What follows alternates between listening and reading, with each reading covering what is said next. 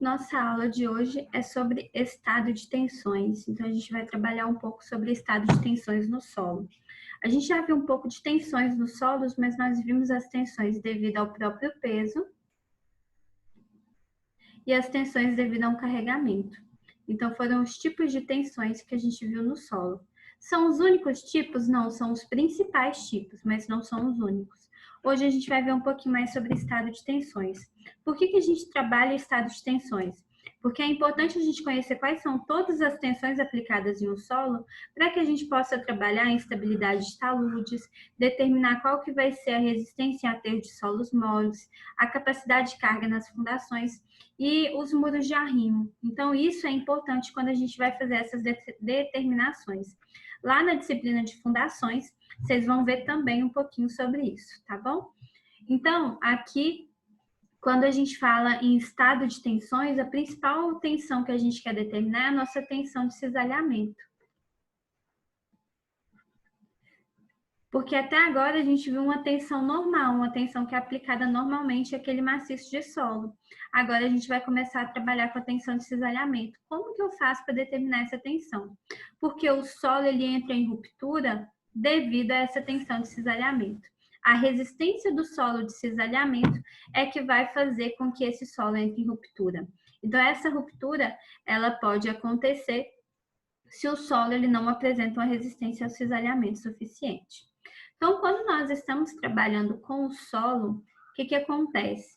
As tensões verticais, que são essas tensões normais, elas podem ser determinadas por meio das tensões geostáticas e as tensões devido a sobrecargas. O que são tensões geostáticas? São aquelas tensões devido ao próprio peso. Então, as tensões devido ao próprio peso, até hoje a gente já trabalhou com elas, e essas devido a sobrecargas também. Foram aquelas que a gente aprendeu a determinar pela solução de Bucinski, solução de Newmark, são os tipos de tensões que a gente determina por sobrecarga. Então, quando a gente trabalha com esses tipos de tensões, elas são tensões verticais, que são aplicadas na vertical no maciço de solo. Mas além dessas tensões verticais, o solo ele vai ter uma tensão que é chamada de tensão horizontal, que também vai influenciar esse solo. Essa tensão horizontal, a gente chama ela de empuxo. Então, a tensão horizontal sofrida pelo solo, a gente vai chamar de empuxo. E a gente consegue relacionar essa tensão vertical com a tensão horizontal que o solo vai sofrer. Essa tensão horizontal é o cisalhamento? Não. Então, essa tensão aqui no maciço de solo, ela vai ser uma tensão normal, mas no plano horizontal do nosso solo. A gente consegue identificar, relacionar essas duas tensões através de um coeficiente que é chamado coeficiente de empuxo em repouso. Então, o que é o coeficiente de empuxo em repouso? Esse coeficiente de empuxo, ele vai ser dado pela tensão horizontal do solo dividida pela tensão vertical do solo. Então, vai ser a tensão efetiva. Tensão horizontal sobre a tensão vertical vai me dar o meu coeficiente de empuxo. Por que eu coloquei a pressão neutra? Porque é em termos de tensão efetiva. Então, meu coeficiente de empuxo, ele é dado pela tensão horizontal sobre a minha tensão vertical. Isso vai depender do tipo de solo. Então, cada tipo de solo, ele vai apresentar um coeficiente de empuxo diferente. E a gente consegue fazer essa determinação. Então, nós temos as tensões que elas são horizontais e as tensões que são verticais no nosso maciço de solo. Esse coeficiente de empuxo geralmente apresenta um valor menor do que 1. Então, a gente vai ter esse valor menor do que 1, sendo que o valor do coeficiente de empuxo é função da plasticidade do solo, do atrito entre as partículas de solo e do histórico de tensões que esse solo já experimentou. Então, vai depender daquela plasticidade, se ele está muito mole, se ele é plástico, se ele é duro, do atrito entre as partículas. Então, se eu tenho uma argila, se eu tenho uma areia, como que é o atrito entre essas partículas vai ser influenciado. E do histórico de tensões, então se aquele meu maciço de solo ele já sofreu algum pré-adensamento ou se não. Então, o coeficiente de empuxo em repouso vai depender de todos esses termos. Ele é constante mesmo se a gente variar o carregamento. Então, o que vai variar vai ser a tensão horizontal, que vai ser proporcional àquela tensão vertical. Mas o coeficiente de empuxo ele é o mesmo, ele não vai variar com o carregamento, ele vai depender apenas do solo. Então, em areias, normalmente o nosso coeficiente de empuxo, que é representado por K0, ele vai estar entre 0,4 e 0,5. E em argilas, o coeficiente de empuxo, ele se encontra entre 0,5 e 0,7. O que isso significa? Que em argilas, o meu coeficiente, a minha tensão horizontal, ela é maior do que em areias. Então, quando eu tenho argila, 70% daquela tensão vertical, o valor dela vai transformar em uma tensão horizontal. Então, a gente vai ter uma tensão horizontal maior nas argilas. Por quê? Porque as partículas de argila elas vão ter uma coesão maior devido àquela quantidade de água que está presente na argila saturada. Isso a gente vai ver um pouquinho mais também quando a gente estiver trabalhando com resistência de areias e argilas. Esse coeficiente de empuxo, ele pode ser determinado a partir de algumas formas empíricas, como essa aqui, o K0 vai ser 1 menos seno de φ. O que é esse seno de φ? O φ vai ser o ângulo de atrito interno. Então, vai depender do ângulo de atrito interno lá do nosso solo. Cada tipo de solo ele tem esse ângulo de atrito interno e a gente consegue determinar o K0 a partir dele. Se eu tenho um solo pré-adensado, nesse solo pré-adensado eu vou ter que levar em consideração também a razão de sobreadensamento. Então, quando eu tenho um solo que ele é sobreadensado, que ele já experimentou um histórico de carregamento antes, que ele tem aquela tensão de pré-adensamento, eu vou ter que determinar essa razão de sobreadensamento para que eu possa determinar o meu coeficiente de empuxo em repouso. Então, ele vai ser 1 menos seno de φ vezes a razão de sobreadensamento elevada a esse seno de φ. Tudo bem até aí? Ok. Ok, né? professor. Então, o solo, além de apresentar aquelas tensões verticais devido ao próprio peso e devido a um carregamento, ele também apresenta uma tensão horizontal, que é chamada de empuxo. E essa tensão horizontal, a gente consegue determinar ela a partir da tensão vertical com o coeficiente de empuxo em repouso. Então, se eu sei o coeficiente de empuxo, eu consigo determinar quais vão ser as minhas tensões horizontais e verticais. Por que eu faço isso? Porque quando eu estou num plano genérico no interior do solo, a tensão atuante ela não vai ser necessariamente normal ao plano do solo. Então, às vezes, pode ser que a nossa tensão atuante ela seja inclinada. Se a minha tensão atuante ela é inclinada, o que acontece? Eu vou ter que decompor essa tensão atuante e eu vou decompor ela numa parcela que vai ser normal e uma parcela que vai ser cisalhante. Para que eu possa encontrar essa tensão normal e essa tensão cisalhante no solo, eu vou utilizar aquele critério de estado de tensões. Vocês já trabalharam com estado de tensões em outra disciplina? Já, mas não lembro, não. Não, tá ótimo. Se vocês pelo menos já viram falar, para mim já tá valendo. Então, isso aqui vocês se lembram, né? Que quando a gente tem uma tensão sendo exercida, se a gente vai decompor ela, a gente consegue decompor numa tensão normal e uma tensão cisalhante.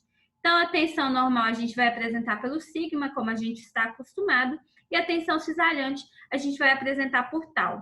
Só que no solo, se eu tenho essa tensão normal aqui vertical, ela vai me gerar essa tensão horizontal. Então, essas componentes é que vão me trazer o equilíbrio do solo. Quando eu conheço essas condições, eu tenho o equilíbrio do solo. Eu consigo fazer aquelas condições de equilíbrio. A resistência ao cisalhamento do solo vai ser aquela máxima tensão de cisalhamento que o solo ele vai resistir para que não aconteça ruptura. Então, nos solos, essa resistência ao cisalhamento é que vai suportar as tensões desenvolvidas pelas solicitações internas, que é o seu próprio peso. Então, o que impede que aquele solo, por exemplo, a gente vai fazer um monte de areia, o que impede que aquele monte de areia ele comece a descer? Então, aquela própria tensão devido ao peso do solo, aquela coesão que a gente vai ter da areia, vai impedir com que ela se solte. Isso faz com que a gente tenha para a areia, para a argila, um coeficiente de atrito interno. Então, é um ângulo que eu posso montuar sem que ela consiga ser vencida. Esse ângulo, essa quantidade, vem de acordo com a minha tensão de cisalhamento. Então, sempre que o meu solo ele for romper por ruptura, sempre que eu tiver a ruptura do solo, essa ruptura ela acontece por cisalhamento. Lembra quando a gente viu, quando a gente começou a estudar o recalque, que a gente tinha duas principais falhas no solo, que as falhas eram de recalque, de deformação e de ruptura? Então, quando a gente fala falha por deformação, a gente trata do recalque. A falha por ruptura, ela vai acontecer devido a essa resistência ao cisalhamento. Então, se eu estou acima da minha resistência ao cisalhamento do solo, meu solo ele vai sofrer uma ruptura e ele vai sofrer aquela falha. Por isso que é importante a gente determinar qual que vai ser essa tensão cisalhante, porque essa análise do equilíbrio vai fazer com que a gente determine o valor da componente cisalhante que traz o plano de ruptura do solo. Então, existe um plano que acontecerá a ruptura desse solo. Tudo isso de ruptura a gente vai ver na semana que vem, quando a gente for falar de critérios de ruptura, que é quando vocês vão aprender como que a gente faz para poder identificar se um solo ele vai entrar em ruptura ou não. O conhecimento prévio dessa resistência ao cisalhamento permite realizar o dimensionamento de estruturas de terra e verificação das condições de estabilidade de massas de solo. Então, é importante a gente dimensionar essa estrutura para que a gente possa identificar essas estabilidades, principalmente quando a gente fala em estabilidade de talude.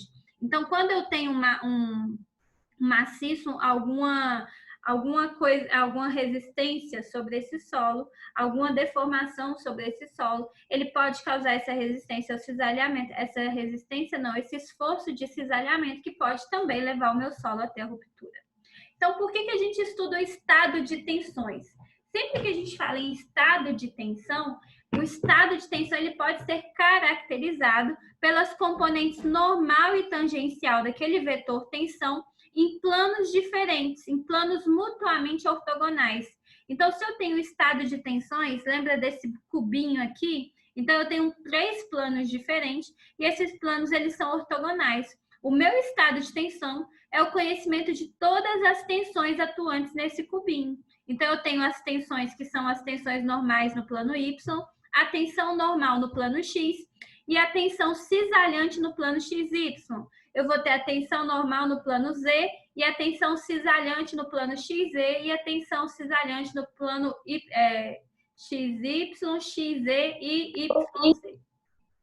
Tá bom? Então, isso aqui, todo o conhecimento dessas tensões é o meu estado de tensões. Quando a gente tem um estado de tensão completo em 3D, a gente vai representar esse estado de tensões por meio de um tensor de tensões. Então, esse cubinho aqui, que é a minha representação gráfica do meu estado de tensões, eu consigo colocar ele de uma forma matemática. Eu consigo passar ele para uma matriz. Então, nessa minha matriz, onde eu tenho aqui a minha direção principal, a diagonal da minha matriz vai me dar quais são as minhas tensões normais e as demais elas vão ser as tensões cisalhantes. Então, é como se essa linha aqui fosse a linha X, essa aqui X. Aqui eu tenho Y e Z, Y e Z. Aqui a primeira componente é a minha tensão normal XX. Aqui eu tenho a tensão cisalhante no plano XY e a tensão cisalhante no plano YX, que elas são as mesmas. Então, as tensões cisalhantes no plano XY e YX, elas serão as mesmas. Por isso que está representado só como XY. No plano XZ, eu vou ter a mesma tensão cisalhante e no plano YZ também. Mas a diagonal principal da minha matriz ela é composta apenas por tensões normais. Tensões normais X, Y e Z. Esse tensor, essa matriz, é chamada de tensor de tensões. Por que é um tensor? Porque ela não vai apresentar apenas módulos, apenas valores redondos. Um tensor, ele apresenta valores em vetores. Então, cada um desse aqui é um vetor de tensão. Então, por isso que eu tenho um tensor de tensões. O tensor de tensões totais em 3D é dado por isso aqui. Se eu tenho apenas duas dimensões XY, eu vou ter uma matriz aqui de 2 por 2.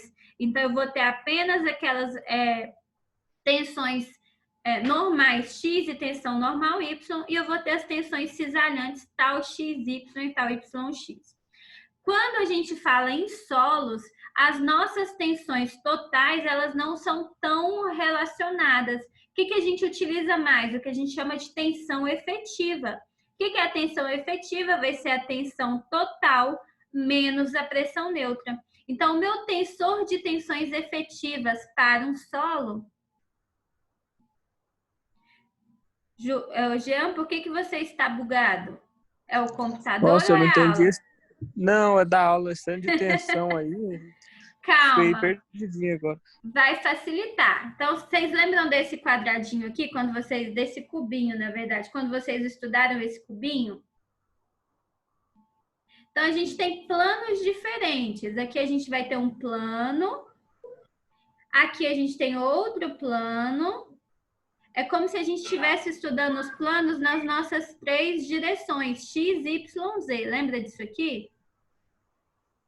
X, Y, Z. Então, para cada direção, eu vou ter um plano que vai ser ortogonal a essa direção. Se eu tenho esse plano aqui, eu vou ter as minhas tensões, normal e cisalhante em cada um desses. Por isso que a gente apresenta dessa forma. Então, eu tenho aqui para aqueles 3 planos, as minhas tensões, que são as tensões normais. Então, cada plano eu vou ter uma tensão normal e a minha tensão cisalhante. Então, em cada plano eu tenho uma tensão cisalhante. Quando isso aqui acontece, eu tenho o meu tensor total de tensão. Como a gente mexe com o solo, a gente tem as tensões que são efetivas. Para a tensão efetiva, o que a gente faz? A gente vai descontar o valor da pressão neutra. Mas a tensão efetiva, a pressão neutra, desculpa, a tensão efetiva não, a pressão neutra não influencia a tensão cisalhante. Então, a tensão cisalhante não sofre influência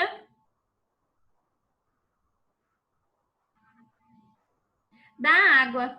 Quando a gente tem água lá no nosso solo, esse solo ele não vai modificar a nossa tensão cisalhante, ele vai modificar apenas a nossa tensão normal. Então, essa tensão normal, a gente faz o desconto dessa pressão neutra.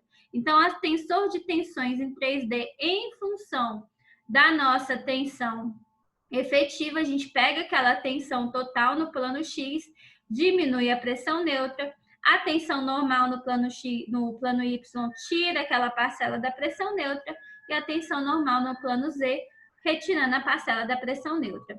As tensões cisalhantes, elas permanecem as mesmas, porque a gente não vai ter diferença quanto à pressão neutra. Desbugou, Jean? Mais ou menos. Mais ou menos? Então, vamos lá, que com calma vai dar tudo certo, tá? Então, se eu estou trabalhando em 2D, eu vou ter apenas X e Y, apenas 2 dimensões. O meu tensor de tensões, ele deixa de ser 3 por 3 e passa a ser 2 por 2. Isso aqui a gente tem que observar que quando vocês trabalharam lá em mecânica, vocês tinham uma convenção. Mas para solos, o que a gente vai trabalhar? Nossa convenção que a gente adota aqui em solos é que a tensão normal ela vai ser positiva quando ela estiver em compressão. Então, sempre que a tensão normal ela for uma compressão, ela vai ser positiva. Se a minha tensão normal ela for uma tração, eu vou ter uma tensão que ela vai ser negativa.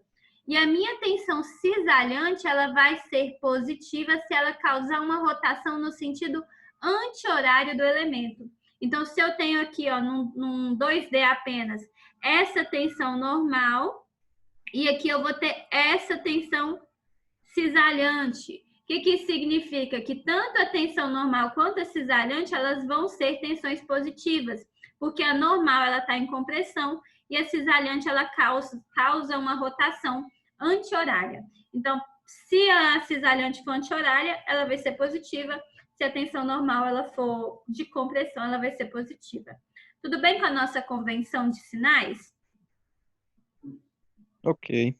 Ok com a convenção, né? Então, aqui é só uma maneira de representar para vocês. Aqui é a maneira gráfica do cubinho. Então, em cada plano que a gente tem ortogonal, a gente vai ter as tensões. Nós vamos ter as tensões normais no plano Z, tensão normal ZY, a tensão normal não, tensão cisalhante ZY, tensão cisalhante ZX. Só está representada aqui com o símbolo errado. Eu não tinha me atentado para isso. Então, oi. A ideia, tipo assim, é na hora que for para olhar as tensões, é como se literalmente tirasse uma parte do solo e analisasse ela, né? Tipo um cubo de solo. Exatamente. É como se a gente tivesse esse elemento infinitesimal de solo, que é um cubo, e a gente vai analisar como que essas tensões elas são aplicadas no solo. Mas para o solo, a gente vai facilitar um pouco, porque no solo, normalmente a gente vai trabalhar com apenas um tensor plano de tensões, então apenas em 2 dimensões, tá bom? Aí facilita um pouco. Então, em qualquer ponto da massa do solo vão existir 3 planos ortogonais, onde as tensões cisalhantes elas vão ser nulas. Então, quando eu estou trabalhando com o solo, vai existir em algum momento um plano onde eu vou ter essas tensões cisalhantes nulas. Se as minhas tensões cisalhantes nulas são nulas, o que vai acontecer? Eu vou ter apenas componentes de tensão normal. Então, vou ter uma tensão normal X, uma tensão normal Y, uma tensão normal Z, e todas as minhas tensões cisalhantes, elas vão ser nulas. Isso vai acontecer para um certo plano. Quando isso acontece, quando todas as tensões cisalhantes são nulas e as tensões normais, elas não são nulas, para esse plano, a gente vai chamar ele de plano principal. Então, o plano principal é o plano que ele vai conter as tensões principais do solo, que são as tensões normais, onde a tensão cisalhante ela vai ser nula. Essas tensões principais, elas recebem nome. Então, a gente vai chamar elas de tensão principal maior, que a gente vai representar por sigma 1. Então, essa aqui é a nossa tensão principal maior. A gente tem uma tensão principal intermediária, que a gente chama de sigma 2. E a gente tem uma tensão principal menor, que é o sigma 3.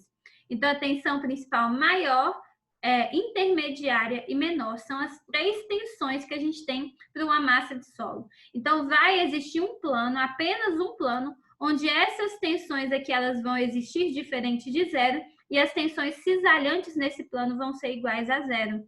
Então, quando a gente encontra esse plano, a gente consegue determinar o que a gente chama de tensão principal.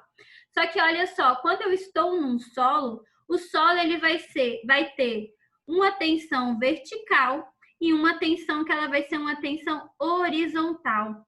Essas tensões verticais e horizontais, elas podem representar essas minhas tensões principais. Normalmente, o que a gente faz? A gente trabalha com estado plano de tensões. No estado plano de tensões, em vez da gente representar aquele cubinho, a gente vai representar apenas um quadradinho. E nesse quadradinho, a tensão intermediária principal é deixada de lado. Porque vai importar para a gente, quando a gente vai trabalhar no solo, qual que vai ser a maior diferença de tensão. E a maior diferença de tensão vai existir entre a tensão principal maior e a tensão principal menor. Então, a tensão principal intermediária, ela é retirada da nossa observação, a gente não trabalha com ela. Por isso que os nossos casos, quando a gente trabalha com solo, a gente vai trabalhar com apenas 2 tensões principais. Então, aqui é só a ilustração matemática quando a gente tem aquele plano de tensões principais, onde vão existir apenas as tensões normais. Se as tensões normais existem, as tensões cisalhantes elas serão iguais a zeros. O meu tensor de tensões efetivas nesse plano principal vai ser o sigma x menos o W, vai ser a tensão normal no plano x menos a pressão neutra, a tensão normal no plano y menos a pressão neutra e a tensão normal no plano z menos a pressão neutra. Então, quando a gente trabalha com o tensor de tensões efetivas no plano principal, essa vai ser a cara dele. Então, aqui é só para vocês não se esquecerem, tensão 1 é a tensão principal maior, tensão 2 é a tensão principal intermediária e a tensão 3 é o que a gente chama de tensão principal menor. A tensão principal intermediária, a gente não costuma mexer com ela, tá? No solo, sempre que a gente vai trabalhar com solos, aqui eu coloquei de novo, para vocês não se perderem, lembrar que é importante a gente saber quais são as nossas tensões. Quando a gente trabalha com solo, a gente vai considerar esse solo dentro de um espaço semi-infinito, homogêneo e contínuo em todas as direções. Se ele for dessa forma, semi-infinito, homogêneo e contínuo, a gente vai garantir que essa tensão intermediária ela não vai causar influência no nosso solo. E é isso que a gente faz com os nossos problemas. A gente faz essa simplificação para, em vez da gente ter aquele tensor de tensões 3x3, a gente passar a ter um tensor, um estado plano de tensões. Então, nos problemas de engenharia dos solos, a gente vai envolver problemas de resistência que vão interessar apenas a tensão principal maior e a tensão principal menor, pois a resistência do solo vai depender das tensões de cisalhamento, e essas tensões de cisalhamento, elas são frutos da maior diferença que a gente vai ter entre a tensão principal. Então, a maior diferença entre as tensões principais vai ocorrer quando a gente faz a diferença entre a tensão principal maior e a tensão principal menor. Por isso que a gente não usa tensão intermediária. Então, elas só são consideradas, a gente só faz consideração de tensão intermediária em problemas especiais, em problemas que eles não podem ser resolvidos dessa outra forma. Então, alguns poucos especiais que a gente utiliza a tensão intermediária. Até aí, tudo bem? Ok. Então, suponhamos aqui que, sendo a superfície do terreno horizontal, em qualquer profundidade Z que a gente for trabalhar, a tensão principal maior terá como direção a vertical e a tensão principal menor será a sua perpendicular, ou seja, a direção horizontal. O que isso significa para a gente? Que quando a gente está atuando num solo, se eu tenho um carregamento, ou se eu tenho apenas aquele próprio peso do solo exercendo a tensão, em qualquer ponto que eu estiver, a minha tensão vertical, ela vai ser igual à tensão principal maior, então tensão vertical, e a minha tensão horizontal vai ser igual à minha tensão principal menor. Ok? Tensão maior, a vertical. Tensão menor vai ser horizontal. Sempre que a gente estiver trabalhando com solo, a gente faz essas considerações. Como a nossa tensão de compressão ela vai ser positiva, a gente costuma apresentar o nosso estado plano de tensões a partir disso aqui. E aqui a gente vai descobrir qual vai ser a tensão de cisalhamento que esse solo vai sofrer a partir dessas duas tensões. Até aí, ok? Ok. Então, se nós conseguimos, quando a gente tem o estado plano de deformações, se nós conhecemos os planos principais e as tensões principais, então se eu sei qual que é aquele plano onde a minha tensão de cisalhamento é 0 e quais são as tensões principais num ponto daquele plano, a gente consegue determinar as tensões cisalhantes em qualquer plano passando por aquele ponto. Então, se eu conheço aquela tensão principal, eu consigo determinar qualquer tensão se aquela tensão passar por aquele mesmo ponto. O cálculo ele pode ser feito por algumas equações de equilíbrio, de esforços aplicados a um prisma triangular definido por dois planos principais. Então, eu não coloquei aqui para vocês, nessa aula, a prova da nossa equação, mas depois eu coloco para vocês, tá bom? Eu esqueci de colocar a prova. Então, a maior parte desses problemas que a gente vai usar, a gente vai permitir essas soluções com estado plano de tensões, usando apenas o sigma 1 e o sigma 3. Então, a gente vai ter um plano que ele vai conter apenas essas duas tensões principais, a tensão principal maior e a tensão principal menor. E conhecida a magnitude e a direção de sigma 1 e sigma 3, a gente consegue determinar qual que é a tensão normal e a tensão cisalhante em qualquer direção. Como que a gente faz isso? Então, convenhamos aqui que esse aqui é o nosso estado plano de tensões, o nosso bloquinho. A gente vai ter um sigma 1, que vai ser uma tensão, que ela vai ser uma tensão de vertical. E nós temos o sigma 3, que é a tensão horizontal. Eu consigo determinar qualquer tensão sigma alfa, que é qualquer tensão nominal alfa, e qualquer tensão cisalhante alfa, se eu tiver uma inclinação aqui. Se eu sei qual que é essa angulação alfa, eu consigo determinar qualquer uma dessas tensões, desde que eu consiga girar essa tensão ali dentro. Então, para qualquer ângulo dentro daquele meu estado plano de tensões, eu consigo determinar qual que vai ser o valor dessas tensões para aquele plano específico. Como que eu faço isso? Então, a minha tensão normal, ela vai ser igual ao quê? Tensão normal vai ser a tensão principal maior, mais a tensão principal menor dividido por 2, mais a tensão principal maior menos a tensão principal menor dividido por 2, vezes cosseno de 2α, onde esse alfa é esse ângulo de inclinação aqui com o plano principal. Então, a tensão cisalhante, ela vai ser igual a σ1 menos σ3, dividido por 2 seno de 2α, onde σ1 é aquela tensão principal maior, menos a tensão principal menor, que é o nosso σ3, dividido por 2, vezes seno de 2α, que alfa vai ser aquele ângulo que a gente vai ter, o ângulo que o plano faz com o plano principal, que o plano das tensões que eu quero determinar está fazendo com os planos principais. Lembra quando vocês viram isso?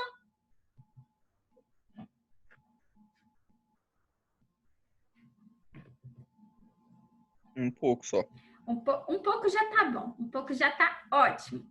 Então, quando vocês viram isso, vocês aprenderam que a gente tem uma coisa que chama círculo de Mohr, que é um objeto gráfico.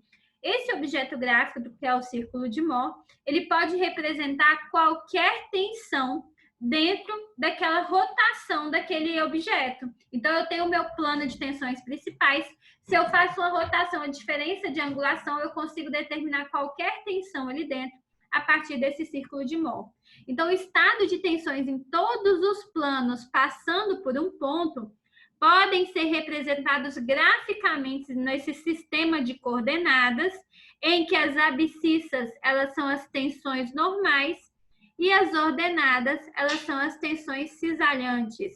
Então, o eixo das abscissas é aquele eixo X. Então, o X, a gente vai ter as tensões normais, e o Y aqui vai ser as tensões cisalhantes. Então, eu vou arrumar um círculo que é chamado círculo de Mohr, onde eu tenho o meu plano principal, que eu tenho as minhas tensões principais maior e a tensão principal menor, e eu consigo determinar qualquer tensão normal e cisalhante para um plano que está fazendo uma angulação com aquele círculo de Mohr.